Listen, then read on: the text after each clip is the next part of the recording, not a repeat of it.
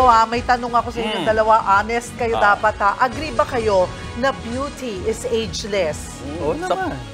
Sa pananaw ko nga, 35 ka. Oo nga, tama. Yun ang pananaw. Ageless talaga.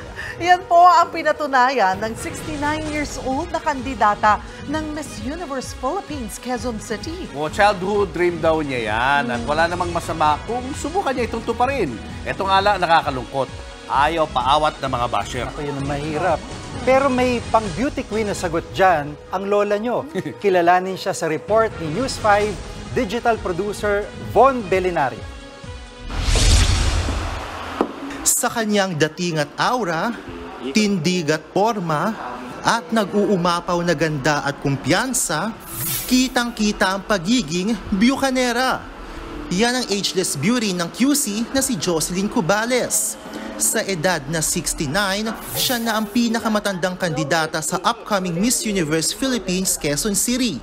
Epektibo na kasi ngayong taon ng bagong rule ng Miss Universe Organization kung saan tinanggal na nila ang age restriction sa mga sasali.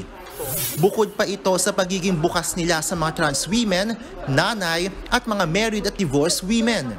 Sa kwentuhan with News 5, ibinahagi niya na childhood dream ang pagsali sa Miss Universe. I decided to go ahead because anyway, we have only one life to live, di ba? So, for me, it's for us to make the most of our lives. Kung ano yung dream mo, go for it and pursue it. Kaya I'm here. Hindi na bago sa mundo ng pageant si Jocelyn. Dati na siyang sumali sa Mrs. Universe 2017 kung saan nakuha niya ang Mother of the Universe Award.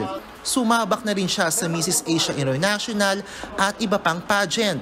Bukod dyan, isa rin siyang fashion designer, dating flight attendant, alternative medicine doctor at aktres na lumabas na sa ilang pelikula. Sa kanyang pagsali sa Miss Universe Philippines Quezon City, nais niyang ibida na walang pinipiling edad ang pagiging beautiful and confident with a heart at maging inspirasyon sa mga kapwa niya senior citizen. Maligaya na ako if somebody will tell me, oh Joyce, thank you so much. Because of you, I'm more happier and healthier. Di ba? Ang sarap sa puso pakinggan. Walang younger generation kung wala kami. Di ba? So, marami silang matututunan sa amin. So, why not at this time give more respect to the elderly people? Yun ang ano ko ngayon for my advocacy. Naging viral online si Jocelyn matapos i-post ng Miss Universe Philippines Quezon City ang larawan ng mga opisyal na kandidata kasama siya.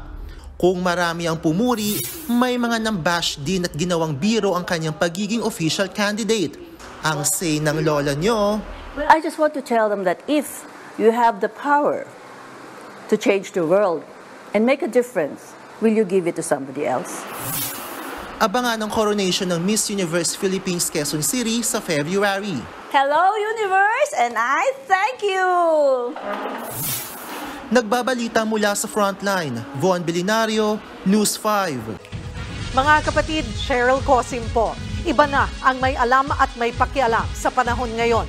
Para sa tuloy-tuloy na balitaan sa Frontline, mag-follow at mag-subscribe sa social media pages ng News 5.